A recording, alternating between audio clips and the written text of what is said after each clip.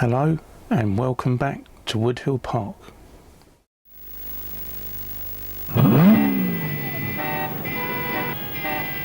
Holidays. Remember the traffic and strain of driving last year? This year, take your car by Motorail and relax. There's a choice of routes to Scotland, the North, West Wales and the West Country. Go on, enjoy your holiday. Go Motorail. Ring this number and get a brochure now.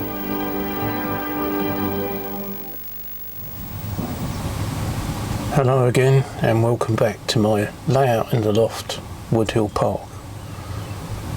Just of lately I've been working on a Motorail train, as I thought this would be a good train to put together to sort of represent sort of the 1980s into the 90s and possibly even from the 70s, as my stock sort of covers that area.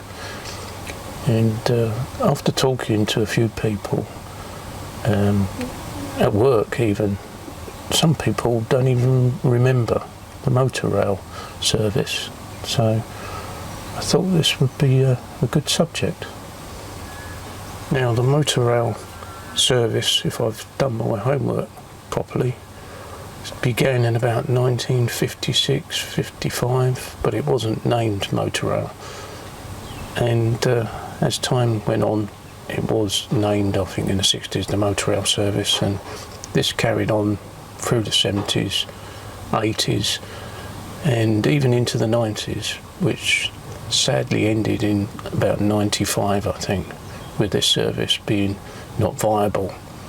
It was too costly and it was losing money, which was a great shame, as this really was a good way of keeping cars off the road, and possibly what we need nowadays even more, to actually free up the roads from cars and freight. I went out and purchased 4 Oxford Rail wagons, or car flats, as you can see in front, and they're rather expensive though. I managed to get hold of 4 from 2 different suppliers, and 3 of them were weathered and 1 of them wasn't, but I'll weather that one in time. They're weathered by a company in Wales or something that must have done it for Oxford Rail, as they leave their calling card inside the box. Anyway, as I said, they're rather expensive.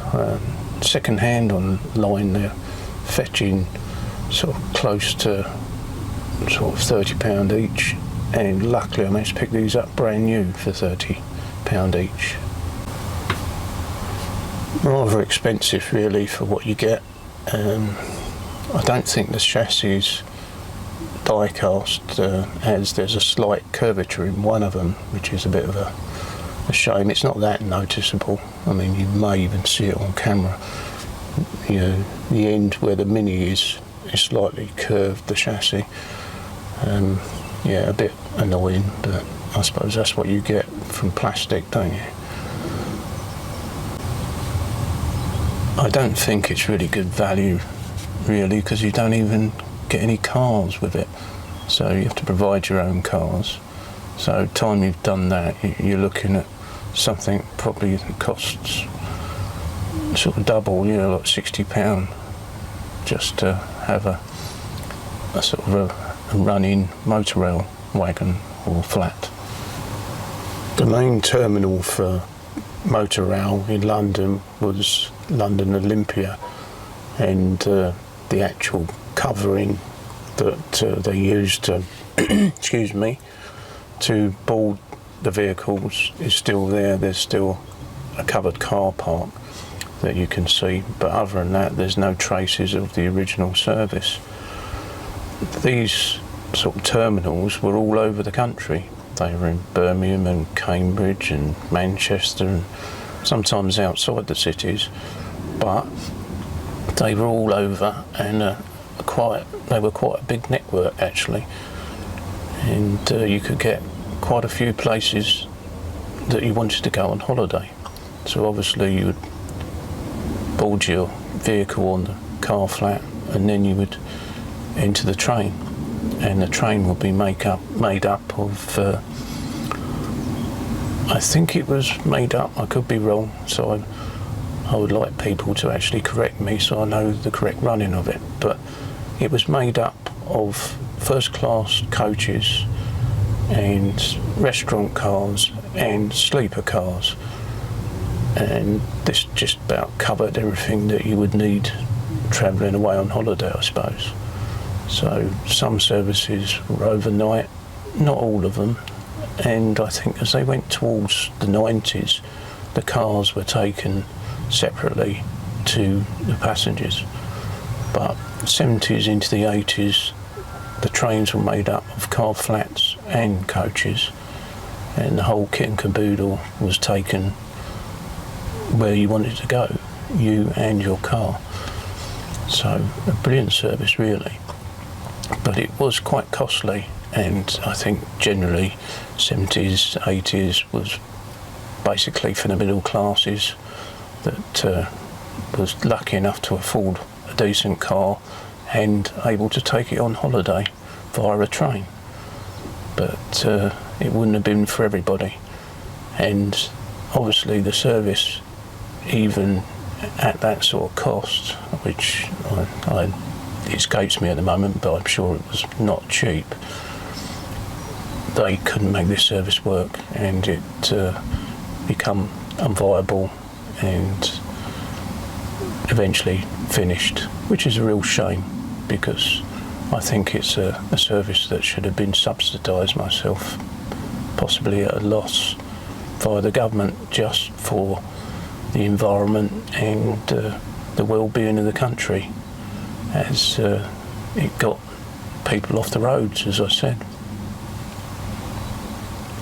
I do have a blue and grey Motorail Gov wagon, general utilities vehicle, and I've also got one in executive livery as well, and I never really knew what to run them with, because I didn't have any sort of car transport in wagons, but I thought, why not do something about that? I'll have a look around, see if I can pick some of these car flats up, but there's not many on the market at the moment.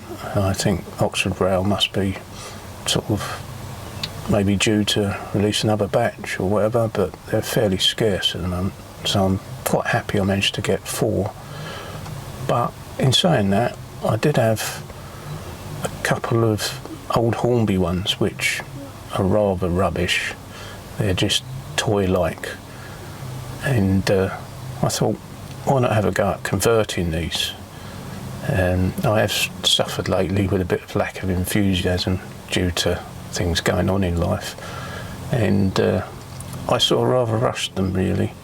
I wasn't happy with them. I wasn't happy with my update that I'm doing now, actually, because I'm redoing it. I've actually redone it. I think this is the 3rd time. Just a lot on my mind lately, things in life. So it's one of the reasons I come up here, really, to escape all that sort of stuff.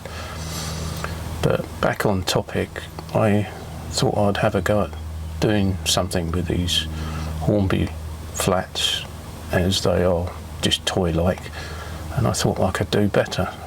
But what I did do, I wasn't happy with one bit.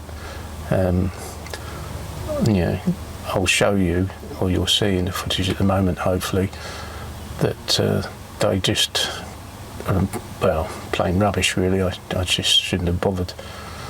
But I revisited them, and I thought, I think I can do better. I mean, they're not perfect, but I'll show you what I've done, and I think they're sort of a good addition to lengthening my rake of Motorail flats. So see what you think. I did struggle finding some sort of stuff I could make the handrails with, and I wanted to improve that, because the first version, it was rather rubbish because they were too chunky and just didn't look right.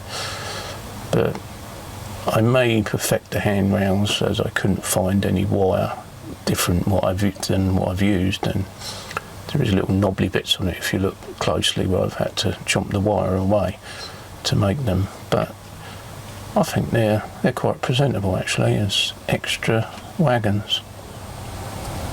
Now the Hornby car flats that I've pretty much finished, I've just got to put the cars on.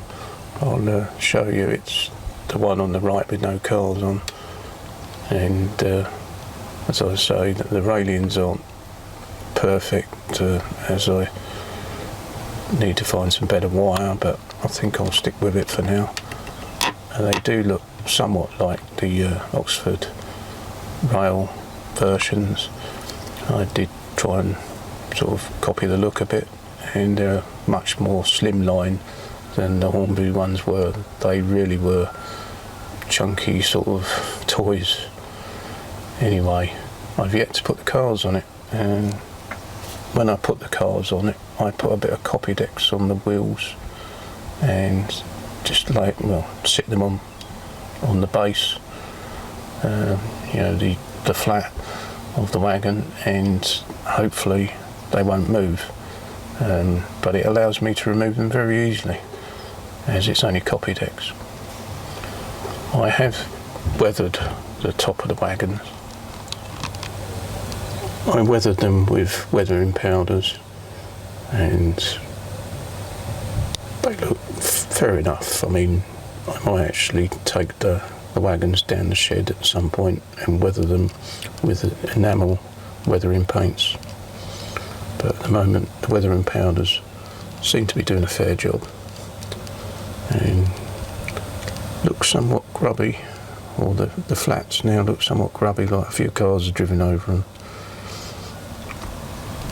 I produced the Motorail signs just by printing out the sign on a good paper, and then, well, obviously getting it to scale as best as I could, and then putting double-sided tape on the back of it and sticking it on some plastic card, and then cutting the plastic card, and you end up with quite a good sign.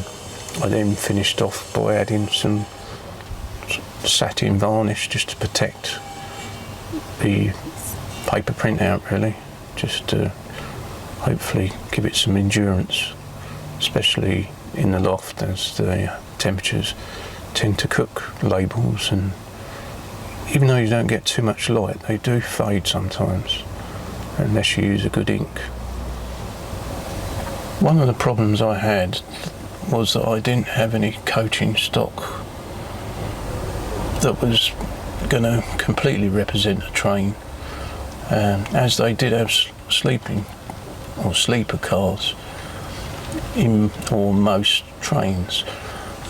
So I was a bit annoyed that I didn't have any, and I thought there's no chance of me getting any time soon, because they really are rare these days.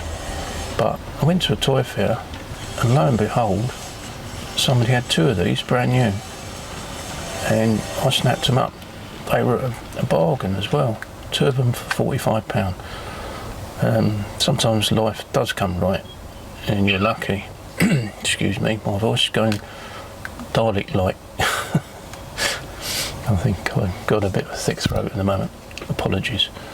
But yeah, extremely lucky, and very glad I went to this toy fair.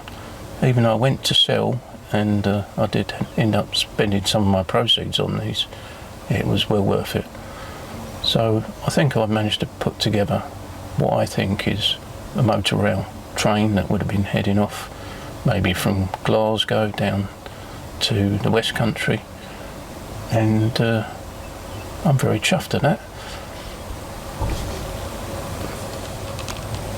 These Mark 1s do have a bit of a gap, especially with the kinematic couplings on them, and rather than close the gap too much, as sometimes that gives me running issues, even though I don't think any of my curves are anywhere near third radius, let alone second radius.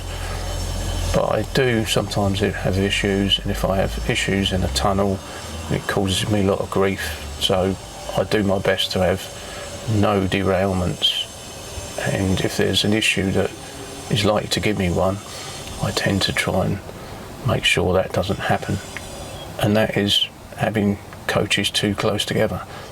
And so what I do is I buy these bellows, and I do make them myself, and this just closes the gap up a little bit, makes it look a little bit better with an extension of bellows between them, but still keeps the running gap that I want, as running's more important to me than looks in this case. But I know people have got pet hates about it, and they do keep pulling you up on it, and I suppose I do agree, you're trying to make it look like the real thing, but it's a compromise with the quality of the running of the model railway, and that's my answer pretty much. What I do to put them in the end of the corridors, if I can do it on camera, that's it, there's a coach. I put a piece of balsa wood on the back, the right size that goes between the corridor on the Mark 1 in this case, or a bit of foam board, and then I just push it into the corridor end, and it's a tight fit, and I glue that piece on with a bit of double-sided tape, so it means I can remove these at any time and I don't damage the model at all, so very easily added and taken away. And just give you that extended sort of gap filler. I must admit, I'm not doing this the best angle to show you, but I think you probably get the gist. Oh, I did get somebody to point out that some of my guys on the layout had red helmets on, and this wouldn't have been done, as they could have been mistaken for signals. Actually, I did know that, but got forgotten really, and these figures were produced by Bachmann, and I thought they were wearing sort of orange baseball caps, and just, I don't know, it just didn't compute, and I didn't really take much notice. But yeah, thanks to somebody who pointed that out. I then looked a bit closer and realised that they have got helmets on, they're not baseball caps, and I painted them white. So things like this are helpful.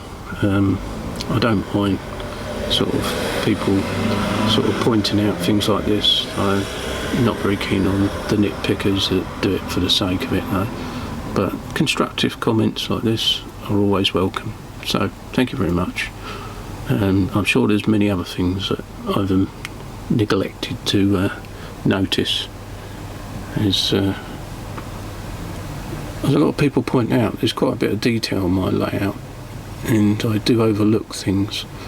I mean, the 1970s, 80s working clothes, I sometimes sort of struggle to get that right. I mean, plus companies like Bachmann don't always produce what you want, so you have to adapt it. I mean, I'll go around with the sort of fluorescent outfits, and I'll paint some blue jeans on them and things like that.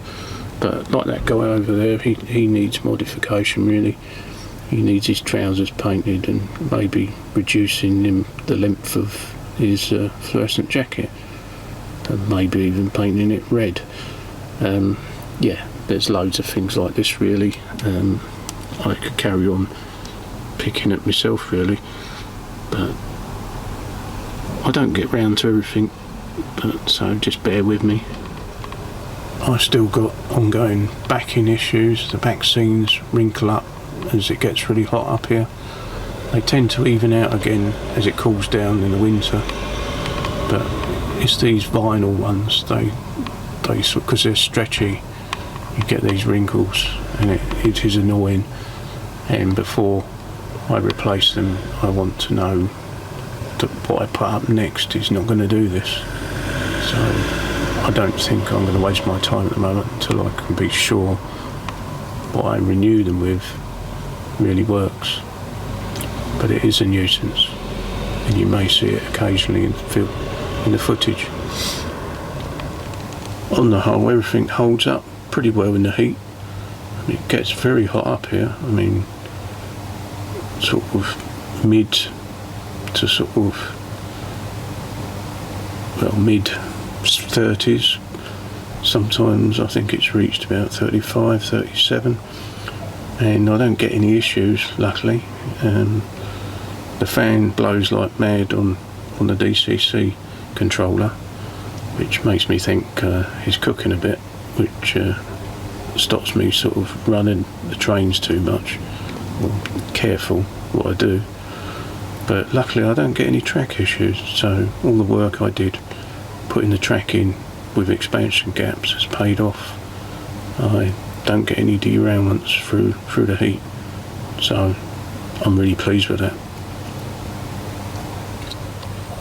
It's time to put the cars on, so very carefully, a little bit of Copydex on each wheel, and then I very carefully place it on the decking, and then we'll do another one, and hopefully when that goes off the cars are not going to move.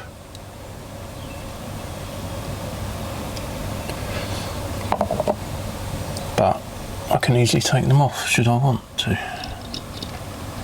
So put the I think it's a Mark II Capri on.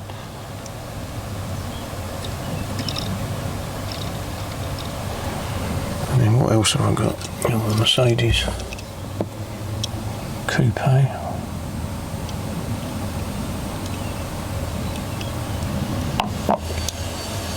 Pretty simple, straightforward, but this will just stop them moving.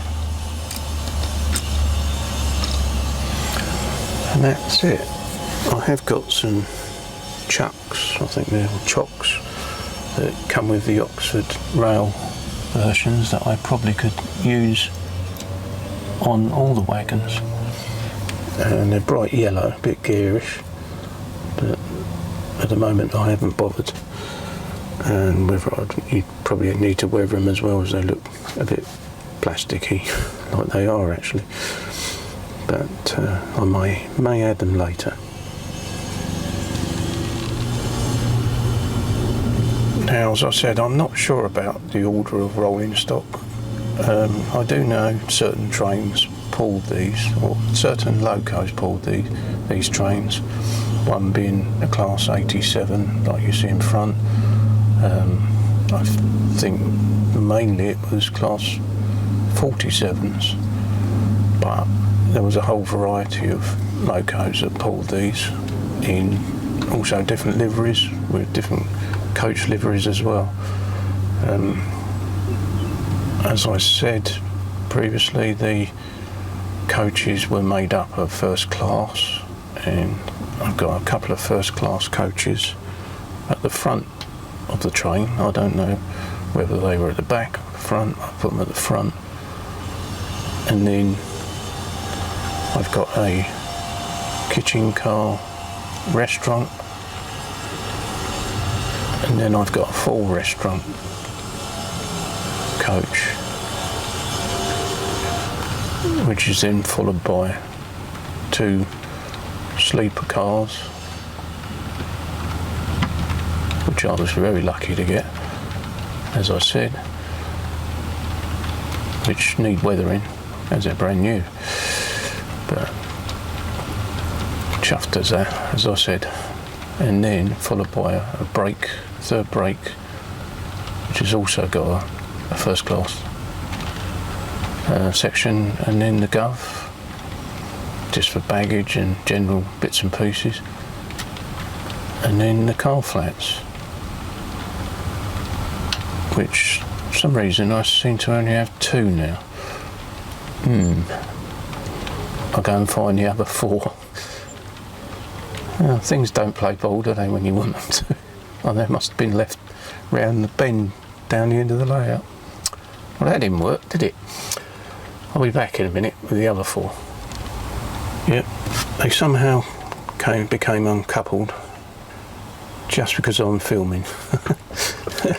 I could do it all day long and they wouldn't come uncoupled, but I get the camera out and that's what happens. Anyway, that's real life for you. I'm not cutting this out. I'll keep it in and I'll just go and find the loco and the rest of the train and bring it back. I'll be back in just a minute. One thing I also forgot to mention, which was the cause of the problem, I have put replacement couplings on the Hornby car flats. I don't know if you can see it on camera, I'll zoom in, but I put a NIM pocket underneath, cut away the old chunky D connector or D coupling, and I've put in a NIM pocket with a small D connector. What do I say connector? I think it's because I've been too long in the electrical trade. I mean coupling. So one of these needed a bit of adjustment and just come uncoupled. But yes, I do have 6 of these now. 2 I've cut and shunt myself, plus 4 from Oxford Rail, and I think that looks rather good as a train. Thanks very much for watching again. Just a short update of what I've been up to, just something I wanted to add to the layout and I thought you might be interested. Bit too warm, as I keep saying, to do much up here, so just another little project, and I'll have to think of something else, I suppose. Don't know what will be next, but cheers again, see you again next time, bye for now. Oh, and don't forget there's a little bit of a running session after this, if you're interested, that is.